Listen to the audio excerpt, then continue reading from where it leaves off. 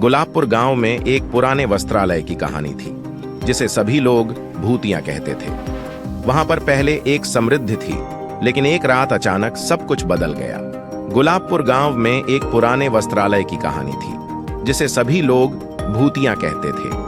वहां पर पहले एक समृद्धि थी, लेकिन एक रात अचानक सब कुछ बदल गया। गुलाबपुर गांव में एक पुराने वस्त्रालय की कहानी थी, जिसे सभी लोग भूतिया कहते थे। वहां पर पहले एक समृद्धि थी, लेकिन एक रात अचानक सब कुछ बदल गया। राज, एक उत्साही और निर्भीक युवक ने सुनी बातों को ध्यान में रखते हुए गांव के लोगों की बातें सुनी थीं। उनका दिल कह रहा था कि उन्हें भूतिया वस्त्रालय की सच्चाई जाननी चाहिए। एक रात जब पूरा गांव सो रहा था, राज ने अपनी साहसपूर्ण दोस्त सुमित को साथ ली और भूतिया वस्त्रालय की तरफ बढ़ा।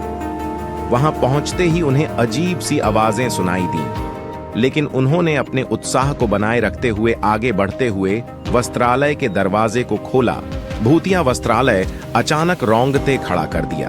राज और सुमित ने वस्त्रालय के अंदर की ओर बढ़ते हुए देखा कि वहां पर विशाल और प्राचीन वस्त्रों की खंडहर खड़े थे। वे वस्त्र देखकर हैरान रह गए, क्योंकि इन वस्त्रों में एक अजीब सी ऊर्जा थी। एक क्षण के लिए उन्होंने वहीं खड़े होकर विचार किया। फिर उन्होंने एक पुराने कवच को छूने का फैसला किया। जैसे ही राज ने कवच को छुआ, वहां से एक अजीब सी आवाज सुनाई दी। वहां से आने वाली आवाज ने उन्हें एक विद्युतीय क्षेत्र में ले जाया, जहां वे एक अद्भुत प्राणी से मिले। वह प्राणी उन्हें बताता है कि वह एक प्राचीन राजा का रूप है, जिसने अपनी शक्तियों को उन वस्त्रों में बंधा रखा था। राज और सुमित ने उस प्राचीन राजा से भूतिया वस्त्रों की कहानी सुनी और उनसे माफी मांगी, क्योंकि वे उन वस्त्रों को छूकर उनकी शक्तियों को उनमें स्थान देने की कठिनाई में आ गए थे।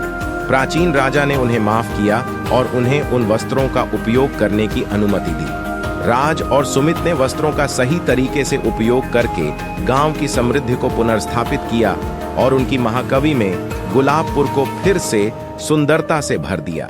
इस कहानी से हमें यह सीखने को मिलता है कि सच्ची शक्ति हमेशा समर्पित और उपयोगी होती है, और अगर हम उसे सही तरीके से इस्तेमाल करते हैं, तो हम अपने लक्ष्यों को हासिल कर सकते हैं।